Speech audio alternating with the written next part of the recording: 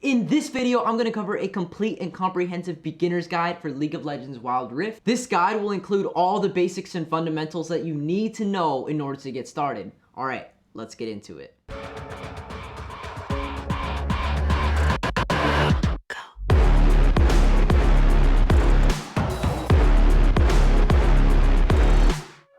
Listen, before we begin, I'm not sure what your background is on games similar to Wild Rift or maybe the League of Legends PC counterpart. So with that in mind, I'm going to make this video assuming that you know nothing and you're a complete newcomer to Wild Rift. So for those of you guys who do know a little bit about League of Legends and Wild Rift, this video will serve as a nice review.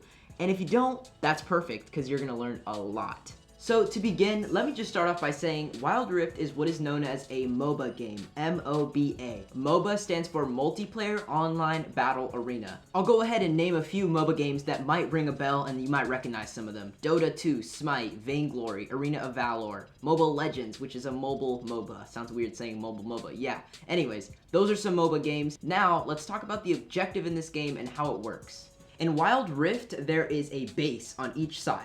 The Nexus is what the base is called. The objective, the ultimate objective, of course there are multiple things that you are trying to do within the game, but the ultimate objective is for your team to destroy the other team's Nexus turret. So, theirs will be red, yours will be blue, they're trying to get onto your side and destroy it, you are trying to get onto theirs and destroy theirs, and of course whoever does it first is the winner. Unless, of course, a team surrenders, but we're not going to talk about that kind of stuff. So, on each team, there are 5 players. None of these are bots or AI. However, there are minions, but those are something else that we'll get into later. There are 5 real players on each team. You are one of them. So you have 4 teammates, and then you are going against 5 enemy players. Now, each player gets to choose a champion. Each champion actually fills a role, because there are actually 5 roles. Like I said, there are 5 players that control a champion. Now, there are 5 roles, and each champion from one team fills one of those roles, so 5 for 5. Now, with each role, there are different types of champions that usually fill them. So there are assassin champions, support champions, there are jungling champions, which I'll talk about that later. There are fighter champion, tank champions, just straight up damage champions, and again, we'll talk about what these specific roles do in a second here, but just get the idea across that there are different roles. Each player on a team chooses a champion to fit that specific role, and you are going to be going against someone on the other team that is, playing their role, which, is the same role that you're playing, you're just on different teams, and in a way, that is kind of an individual game that you're playing among the team game, which is kind of what makes it interesting. Yes, it's a team game, but at the same time, you're trying to outdo your opponent in their other role, while simultaneously playing as a team to make sure you win the game. Now, if any of that was confusing, let me just start talking about the different roles and maybe it will make a little bit more sense. Now, before I go into describing each role, just understand that there are 3 different lanes. Now, you might be thinking, wait, there's 3 lanes, but there's 5 roles. How does that work? So, there is a Baron laner, which fills one of the lanes. There is a middle laner, which fills the middle lane. There is a dragon lane, which actually has 2 champions in it. So that is the AD carry, which stands for attack damage carry. Some people just call it the dragon laner. Anyways, like I was saying, so there's this, dragon lane, right? It's got 2 champions, 2 roles in it. One of them is the attack damage carry, or some people call it the dragon laner. Who's the second champion? Who is the second one in that lane, right? The second role, it's the support. The support's just there to, enable the dragon laner or the AD carry, whatever you want to call it, to make them strong, to make it so they can carry the game, basically. That's where the, AD carry comes from. So now, of course, that leaves 4. There's 2 in the dragon lane, there's 1 in the middle lane, and there's 1 in the Baron lane.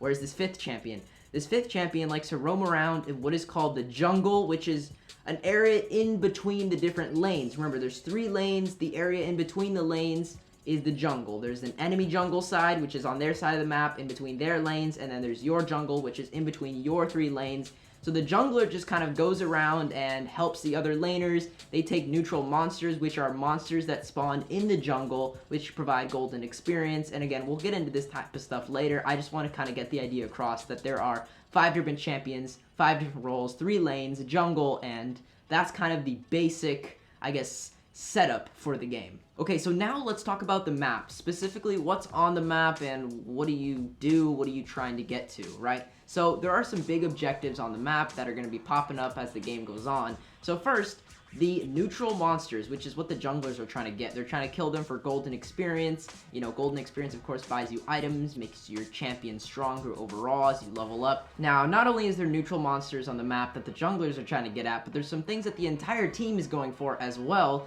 such as the dragons. There are 4 different dragons, including the Elder Dragon, which spawns after, you know, a few dragons are killed, basically, to keep it simple for you. So there's 4 different types of dragons. There's the Infernal Dragon, the Cloud Dragon, the Ocean Dragon, and finally there is the Mountain Dragon. Each dragon provides a different buff. So that is one of the big objectives on the map, and that is going to be closer to the dragon laner. In between the dragon lane and the mid lane, there'll be the dragon that spawns there, one of the 4 different elements. And on the other side, which is in between the middle lane and the Baron lane, there is the Baron. The Baron is one of the biggest, I guess, neutral objectives or monsters in the game. It provides a very big boost to your team when you kill it, and it gives you gold, XP. It makes your minions stronger, which we're actually going to get into next. And finally, there is the Rift Herald, which actually spawns before the Baron comes in. So that's kind of a tower taker objective. Now, I'll talk a little bit about towers later and how they come into play and exactly what the Rift Herald does. But yeah, that's the Rift Herald. Just understand that there are some objectives on the map, the Baron, the Dragon. There's also some little ones like the Rift Scuttler, which is a little crab that walks along the river that you can kill as a jungler or a laner, and it gives you golden experience. And Vision as well, which is kind of what lets you see on the map, what lets you see in the darker areas where you cannot see the enemy's side. That's kind of what the Rift Scuttler does. And finally, I want to talk about these minions. This is the last, I guess, neutral AI-based thing that there is. So the minions, they spawn from the Nexus turret. If you recall from earlier in the video, the Nexus turret is your base. It's what the enemies are trying to destroy. Their Nexus is what you're trying to destroy. So your minions will spawn from your Nexus. Their minions will spawn from their Nexus. There are different kinds of minions. There's melee minions, there are caster minions, and then there's cannon minions is what most people call them. Basically, each minion, just know that some are, you know, a little bit stronger or tankier than others. Some do a little bit more, like the caster minions, although they're weak in health.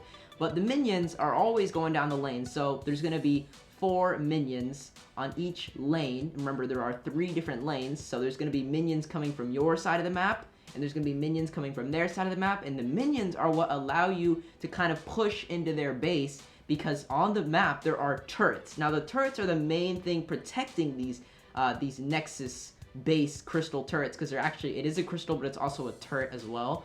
Now the Nexus, of course, it needs to have some kind of defense, otherwise the game would be too easy. You just, you know, push to the other side with your team and it's an easy win, right?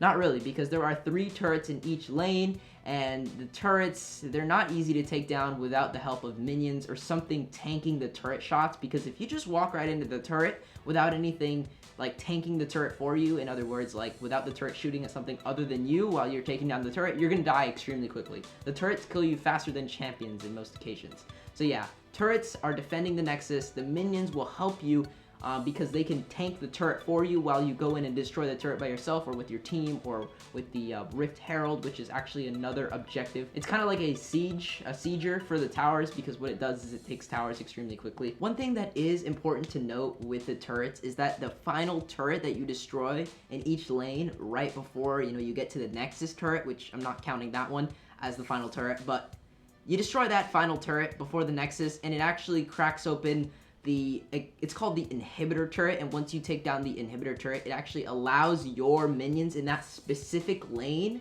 to start spawning basically a super minion per wave. And the super minions, they are basically just a stronger version of the minions, and they make it even easier for you to push into the enemy base. So that's just important to note, because it kind of gives an incentive for your team to want to get deeper into their base, because not only do the turrets, of course, give you a golden experience like you would expect, but they can allow you to empower your minions to give you even more pushing power and pressure on the map.